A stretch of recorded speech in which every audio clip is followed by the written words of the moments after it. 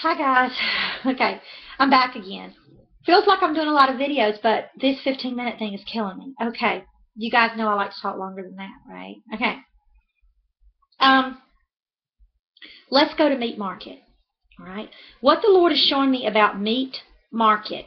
Okay, I told you there's two sides to meat market. Okay, let me be very specific. Okay, I know that there are going to be some of you guys who are going to probably get this, and there are going to be others of you guys that won't. Okay, it's time for me to get very specific, I think, to those of you who are really ready to hear. Okay? There's two sides to meat market. As you know, there are always two sides. Okay? Let me encourage you that if you're seeing one side of something, ask the Lord to reveal the other. Okay? This is a very clear indication if you're living in the Spirit, because you begin to see the dark and the light. But the dark won't look dark anymore. It will be all light. So the light will expose the darkness. You will be able to tell which side it is, but you won't live in it.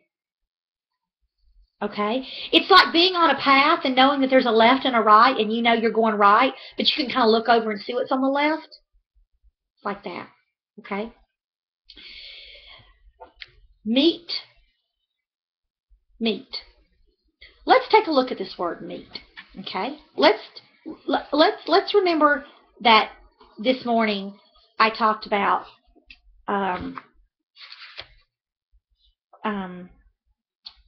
being horizontal and vertical, right? All right, I want to make sure that you understand. You must be horizontal first, laying down. Okay, this is submission. This is also outstretched arms. Okay? That's the fathom. Then you rise up and you become upright. That is resurrection and ascension. Right? You're not going to ascend upright unless you resurrected first. One comes before the other. Okay? Now, I want you to remember this, because these are two sides. Two sides. Horizontal, vertical, resurrection, ascension. Make sure you remember these two things. Coming up, and he showed us this before in our bridge. Guys, our bridge has been showing us this picture all along. The drawbridge. There's a bridge. Our drawbridge. The place where you put your body. It's the table. You cross your arms in death, right? Dead body. You get up on the table. You need everything new. Okay? After you have received your new blood, your new heart, your new mind, after you let the great physician heal you and basically replant you, because you just went through a transplant, okay? You're now growing brand new.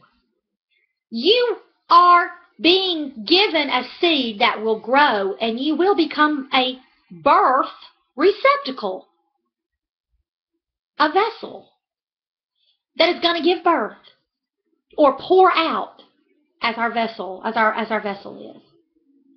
All right. We become this way because this is the first wedding of Cana miracle, to pour out the wine, to save the best for last, to pour the wine, change water into wine. This has got to be possible through God, through Jesus. Okay?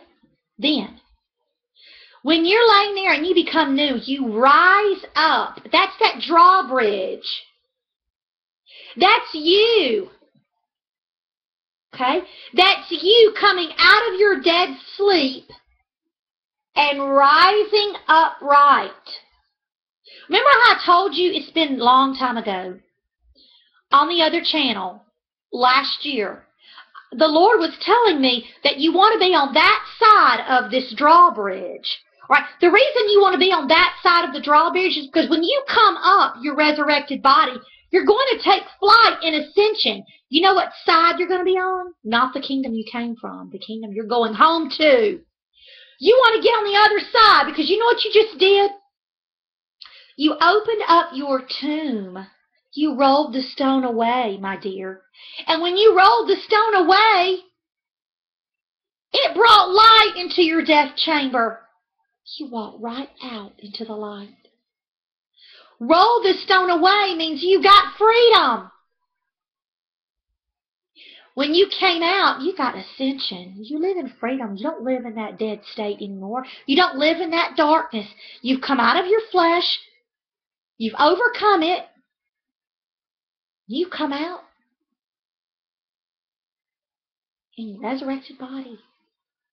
You look the same to people, your body, but you won't look the same on the inside, where the Lord looks upon you. Because when you are resurrected from flesh to spirit, you must learn what spirit life looks like, feels like. That's a 40-day experience, guys. Then you're in ascension mode. Okay, learning in the spirit. To become free, you take flight. You get on mission, serving. Hopefully, we become priests. Because you're a temple, right?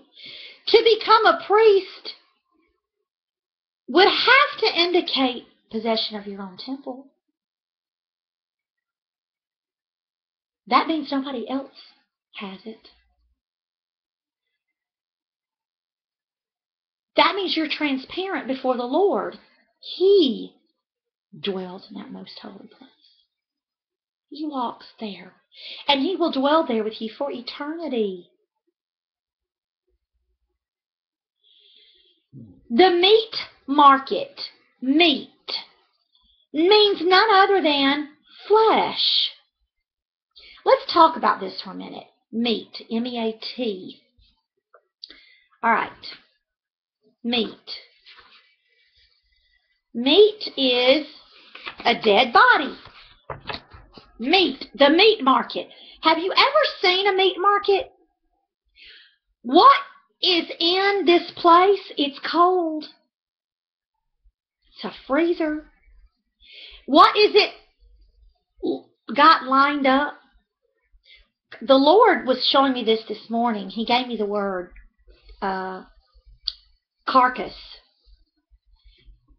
And when I saw the word carcass, I automatically knew it was car case. A carrier, a car case. I looked it up. Sure enough, guess what I found? Trunk. What's in the back of your car? Trunk. Carcass. That's the word He gave me this morning. Carcass.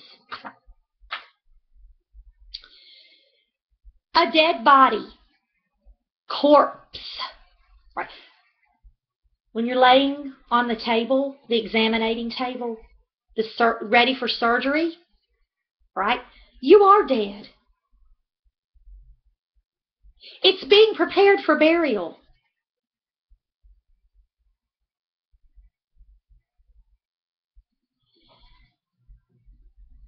Meat means carnage. Carnage means murder, slaughtered flesh, cut and sheared, a massacre from being butchered. Now, guys, if you can just think of this for a moment. There's a picture here that the Lord is giving me of two different animals. I have a feeling we're going to be studying this a lot. It is the cow or the bull and the sheep. I don't think we're going to quite look at the cow and the bull the same way after this study. Because I am seeing the cow and the bull as the rebellious animal nature. You could call it the ox. Same thing. Of man. Versus the sheep, which is the innocent victim.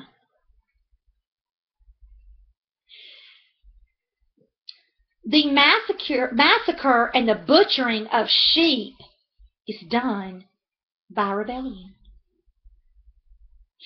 If man only knew what God sees in the world when one allows sin to infect the body, it takes it over. It diseases it, and its desired effect is death. There is nothing about sin or rebellion that is love at all, because it's purely about taking advantage of that body. Guys, it's rape. If you want to go so far as to talk about Eve, that she was raped, you can. We don't want to look at it, but she belonged to Adam. And she was taken. She came from him. She was taken and changed. Her life would never be the same after that thing got a hold of her. Guys, we've all been there. Taken away from where we belong. If you understand this concept, if you can teach others this concept, I'm hoping that there comes a movement, even in the religious world, if you want to call it that. And where I see the movement is not in religion. Where I see the movement is in those with relationship. If you can just tell others, teach others how much harm rebellion can do to a body and what that looks like, they wouldn't desire it. But when they're in the midst of it, they don't know what's happening. And there is a deception. There is a murdering of the body that belongs to the Lord. It is a slaughter. It is a cut. It is shearing the sheep, taking the hair off, making it bare and naked. Guys, it's butchering. All a meat market is a big place, a cold place like a freezer. And what is hanging up but big chunks of meat? The body has been mutilated. And the meat is just hanging there for consumption. Consumption. Consumption is what rebellion wants for the body. Jesus became broken, raped.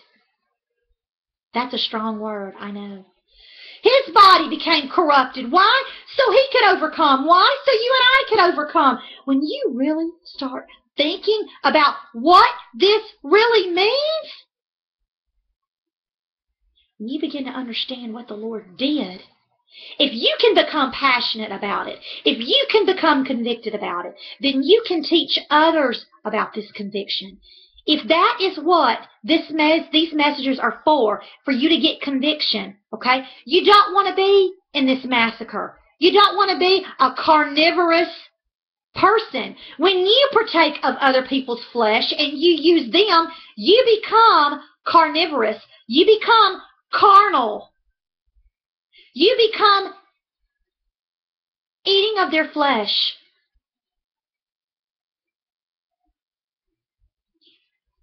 You can't devour the blood, remember? The sacrifice.